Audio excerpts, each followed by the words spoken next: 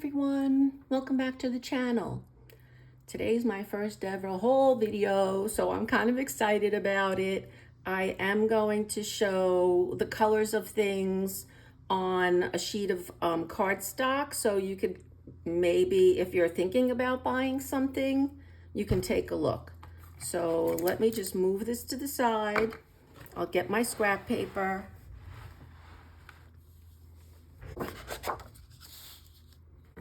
Most of what I bought today, I purchased from Blick, which is a very well-known art store here in the United States. It's not a cheap place to buy supplies. It's very rare that even when I'm just stocking up a few things that I'm less than $75 to $100, and that's when I haven't really bought very much. But it's a great store though, and I did take a video. It's the flagship store in the United States, so hopefully I'll put that video together, and if anyone's interested, you could take a look at that. It's probably going to be, a week or so, but so every time I go, I love the Holbein pencils. I think that they lay down really smoothly. They have incredible color saturation. You're not working very hard to get something out. But in the US, they are quite expensive pencils. They're like 3 times the cost of a Prismacolor here. But I do eventually want to collect them. So when I go, I always buy like 1 or 2 pencils. So this time I was unprepared, so I didn't know what I had. I didn't keep the list, so I just bought this green. And I wanted like a grass green color to complement my polychromos, as well as having my collection of Holbeins. So this is the color. It is sap green. So it's a really nice color green that I think that this is a really nice basic color. If you want to see it up close, that's the color green that it is. And I was coloring very lightly. It wasn't that this pencil takes a lot of layers. I'm going really lightly. So there we go, Holbein Artist Color Pencil in sap green. Another thing that I'm trying to collect are these pan pastels.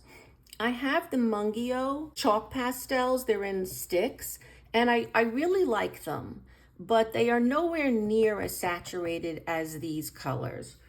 This you barely have to touch, and I just imagine that these are going to last like a lifetime. I did open this one because I bought it for a page. This is the Phthalo Blue tint.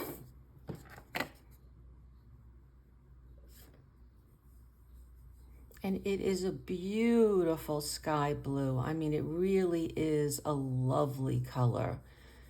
So I think it's very versatile. I do use a lot of chalk pastels in like a sky, like when we're doing landscapes or something. I think you could probably use this for water, but I think to me it looks like more of a sky color. But again, I think it is quite a versatile blue. And I have a couple of other blues, and I think this is a nice complement. The next color of pan pastel is it's Dairy Lied Yellow Tint, or Jaune Dairy Lied Clair. This I did not open. If it takes me a while, I'm gonna have to, well, I think I am gonna have to cut this video.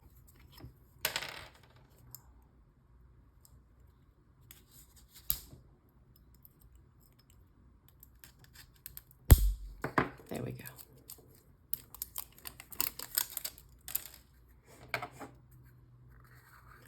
think I'm just gonna use my finger because I only had this one prepared. But this, oh, this is buttery color look. Oh, that is so beautiful.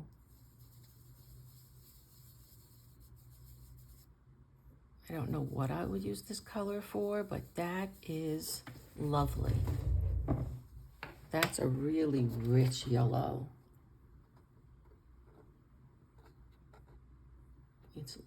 really very, very pretty. And it is a buttery look.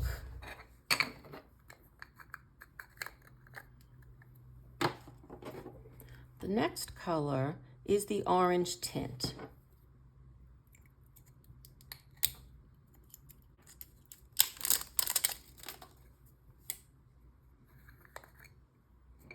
Okay, so this is the orange tint.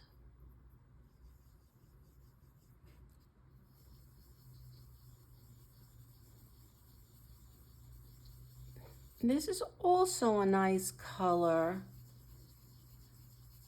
but I was hoping it would be a little less yellow and a little bit more orange. I was actually hoping for something a little peachier looking, but it still is a very beautiful color. And actually goes quite well with the yellow.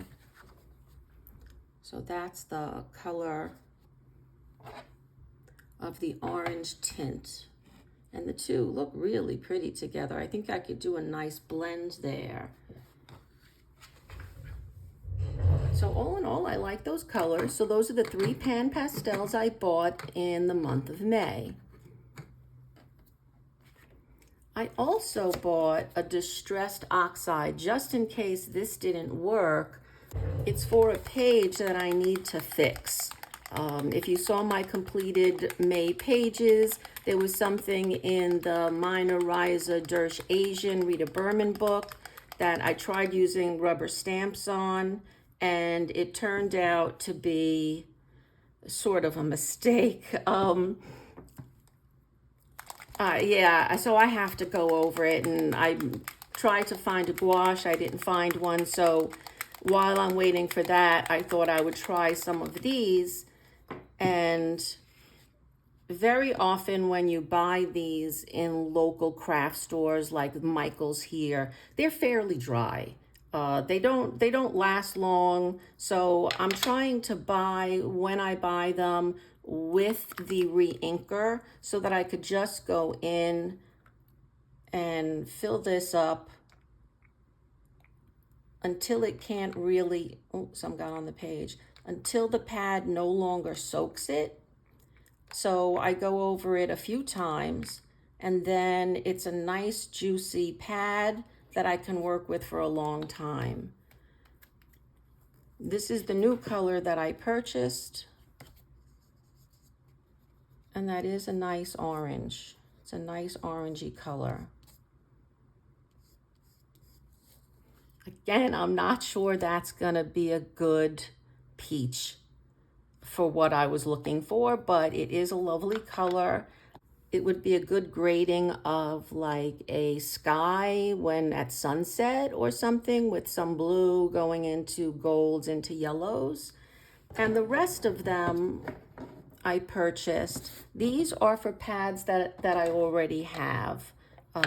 Again, I bought them without the re-inkers and realized that most of them are quite dry. I bought spiced marmalade, fossilized amber, worn lipstick, and fired brick. And again, here's the lipstick.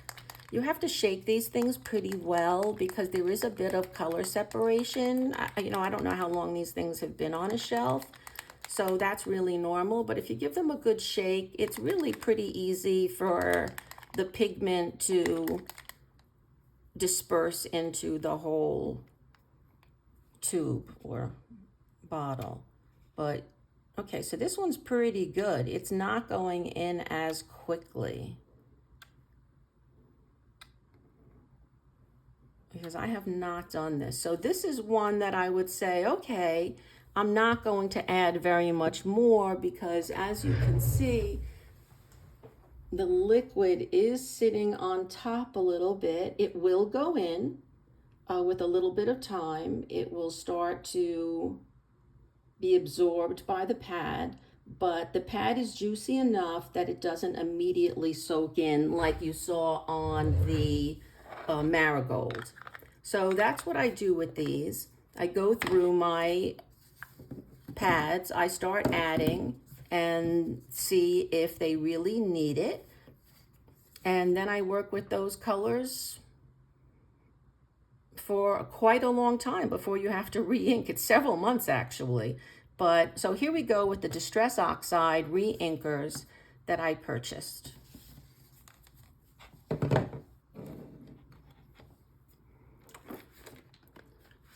Next up, I have this Crafts for All. It says it's by Zaba.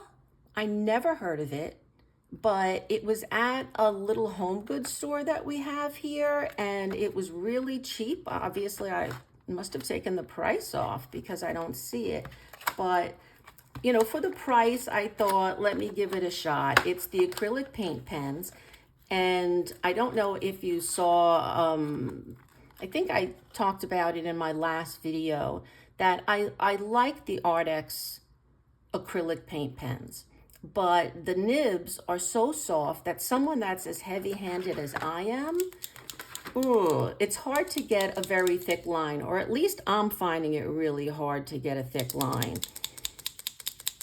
So I'm shaking this. On here, it just says it's water-based, non-toxic. It says to shake, press the tip, write, and recap. There is no marking of either a color name or a number that I can see.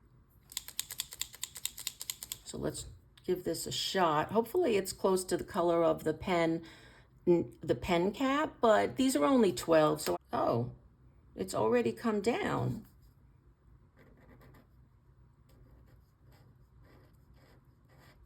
They're nice and opaque, and you can get a very thin line.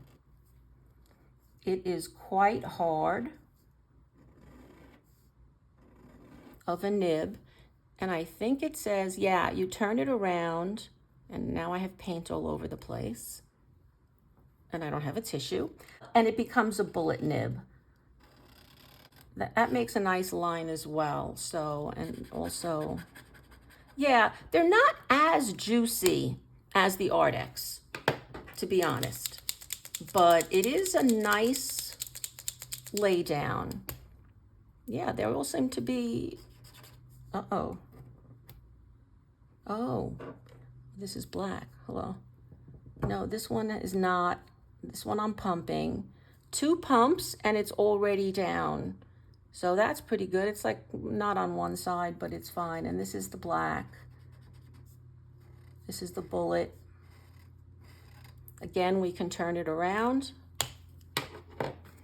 It did come with extra nibs. And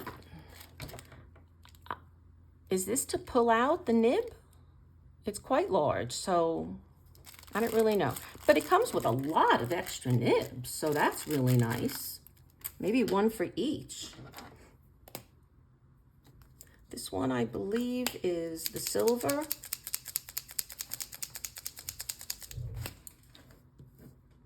One, 2 presses. It is coming down. Nope, this one needs more. 3, 4 pumps. No, this one's needing a lot of pumps. Yeah, because I'm holding this down and the color is coming, but it's coming really slowly. I don't know if it's because this is a metallic, but this is really slow. Yeah, I'm near 10 pumps and I'm holding it down. I'm keeping it depressed so that the ink flows. It's not really flowing. Oh, but it is really pretty. It's got a nice sheen to it. Really nice. If you can see it against the light, it is quite silvery. So that was worth the wait there. Wow. I think for these 12, I paid like $6 or like $4.99. It was really inexpensive. So it was like less than 50 cents a paint marker. So well worth it. This is a brown. Yep, this looks like it came down already. you know, they're very, very matte, which I kind of like. If you could see, the acrylic is really matte. Like even in the pink, you can see it. But that's a nice brown. It's a little dark for me, but you know, if I'm doing lines or I'm trying to, you know, do a shadow with it, you know, maybe that'll, oh, see how fast that one came down with one pump. It just shot into the barrel. And now we're just waiting for it to come down to the nib. And there it is. Wow, okay. So this is the purple.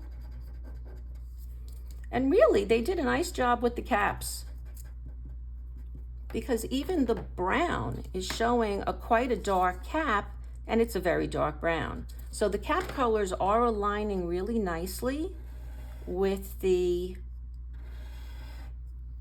ink color. So that's the purple. That's really pretty. The white, maybe if I go over some of the black lines there, we can see, as inexpensive as this was, I don't feel really hopeful that it's a very opaque white, but you know, I might get surprised. This was pretty easy too. Oh wow, okay, much more opaque than I thought. Look how nicely it went through that black. That's pretty good. So this might be really good for black lines. One pump, already coming down into the barrel. Two pumps. It seems like the metallic takes a lot longer. Maybe the ink or the paint is a lot thicker. I'm not too sure. Again, pretty close to the cap. The orange, this is a nice peachy orange. That one is really pretty as well. Ooh, nice. Also quite opaque. And matte finished.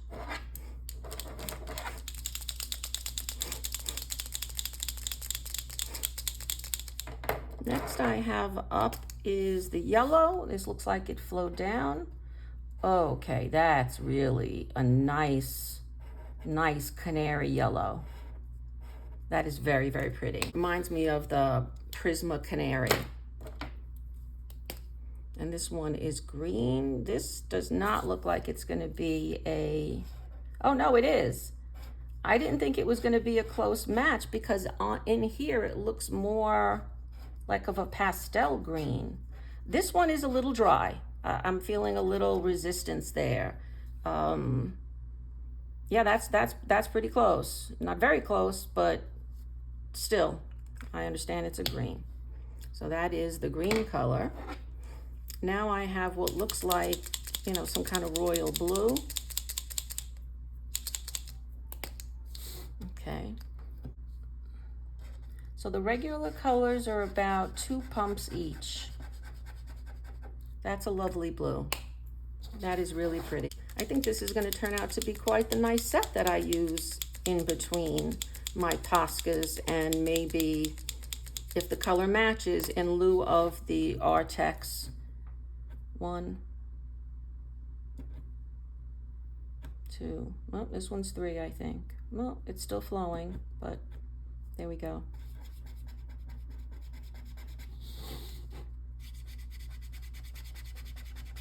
And that's a pretty basic standard red color. And there we go.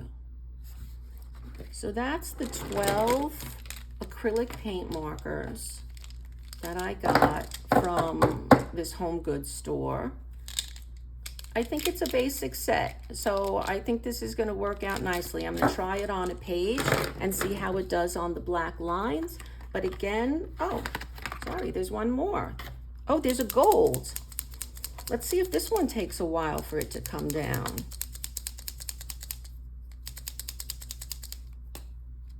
Oh, it's already down, so I can't tell. Oh, that's shiny. It reminds me of some of the metallic watercolors, actually.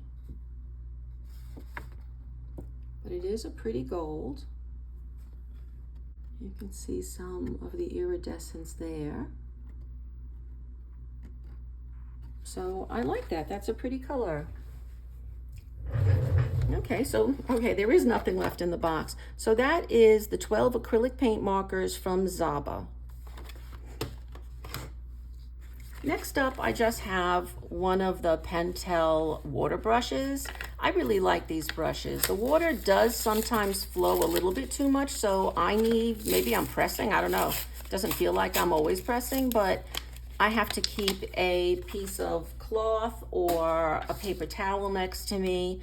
This time I purchased the large. I'm having a little bit of trouble getting a smooth finish when I work with like Neocolor 2s. So I thought maybe a bigger brush might help, but we'll see. I'll try it in the next month and report back probably at the end of the month when I do my finished pages. So this is the Pentel water brush that I purchased. Another thing that I'm trying to collect are acrylic gouache. So sometimes I buy 1 to 2, whenever I go to an art store. So I bought the pale lavender and the light blue. I haven't seen what these colors look like except for in the store. All right, I'm running out of fingers. Oh, that's lovely. And they are so creamy and they're opaque. That's a really nice pale lavender color. I really like that. So that's the pale lavender. I'm sorry that this sheet is messy. I had originally thought I was going to do little swatches and I was going to write it down and I was going to be really professional about this, but I'm a slob, so. Well, maybe I need a little bit more there. That's a lovely color too. That's very pretty. I think I could use this for quite a bit, light blue. Maybe a darker sky. I could add some white to it, make it a little lighter. I think this could be good water color for like a deep lake or something, but they're both very pretty. I like them. So one is the pale lavender and the other one is light blue. Oh, and both of them, I think these are Holbeins. It's Asian writing, so I don't exactly know. Oh yeah, there we go. The acrylic gouache are Holbeins. So I got 2 Holbein gouache, pale lavender and light blue. The last thing I bought was this coloring book. It did bend a little.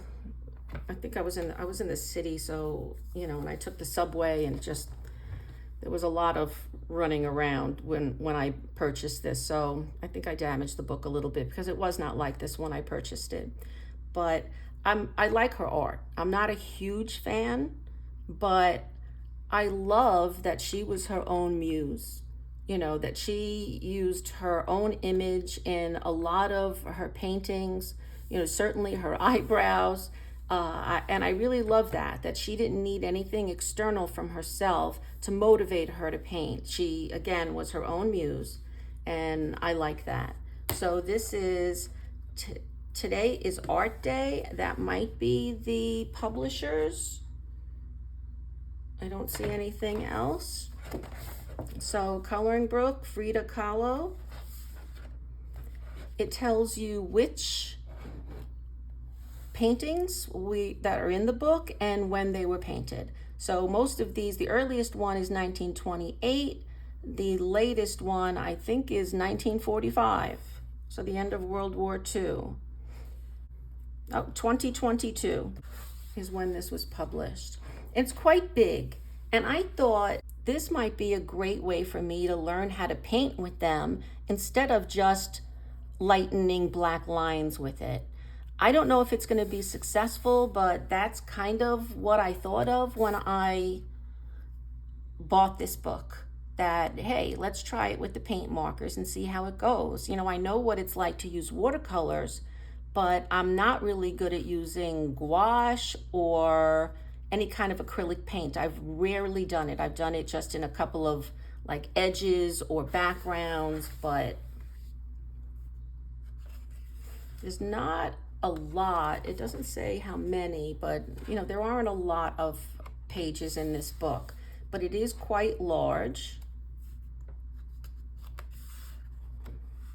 I think that's a plant. Yeah, I think that's a plant in a vase, because I'm looking at it sideways. This is a pretty picture. I like that. And I'm not sure I would do it the way she does it, you know, like copy all of her, you know, original artwork. I'm finding with the Disney book that Thomas Kinkade, I'm not enjoying that. So, and even in that, I'm starting to change the colors. It's just too hard. You know, these people have a lot more artistic talent than I have. And for me to try to color it, this is beautiful. I like that one a lot. Is that the, yeah, that's the front piece. This might be fun with the monkeys. This is some fruit. I like this. Might get rid of this background because I wouldn't know how to color that. I'll see what she's done in the back. Sorry, I'm not sure if people are sensitive to that. This image also has like a bunch of nails in the skin, so I'm just gonna skip right over that one. Sorry about that if that was offensive. Okay, this one is pretty too. I could see this being extremely colorful with the birds. This one I'm unlikely to color or paint. I'm not really attracted to it, especially now. I don't really like doing clothes that much. I like doing portraits though. This one also, probably not gonna do this one. And that's the last. So maybe there's a dozen pictures in this book. Oh, sorry again. So I would color probably 8 out of the 12. So I thought it was a good book to have. What did it cost me? It cost me about $20 US. Oh, and this is how she did the fruit.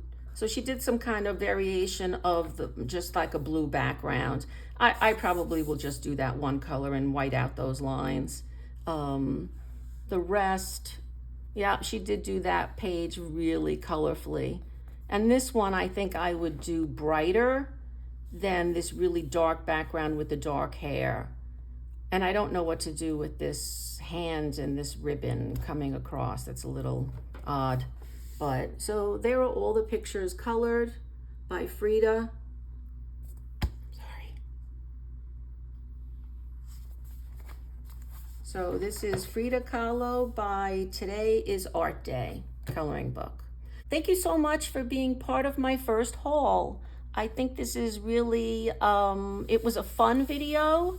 I hope to do one a month. I don't buy a lot of supplies on a monthly basis, so I don't think anything would really be much larger than this haul. But you never know, you know, Christmas, birthday, probably have bigger hauls at that time. But I really appreciate you coming and spending your time with me, having a look at this. If you made it to the end, I really appreciate it. Again, as usual, if you like this video, please consider liking, subscribing, and I'd love to have some comments. I haven't had very many comments at all, and I really enjoy reading them and answering them. So if you want to have a conversation with me, please feel free to leave any kind of message on the bottom. So here is a last look of what I purchased in the month of May. Well, thanks again, guys. Have a great day. Happy coloring. I hope to see you in the next video. Bye.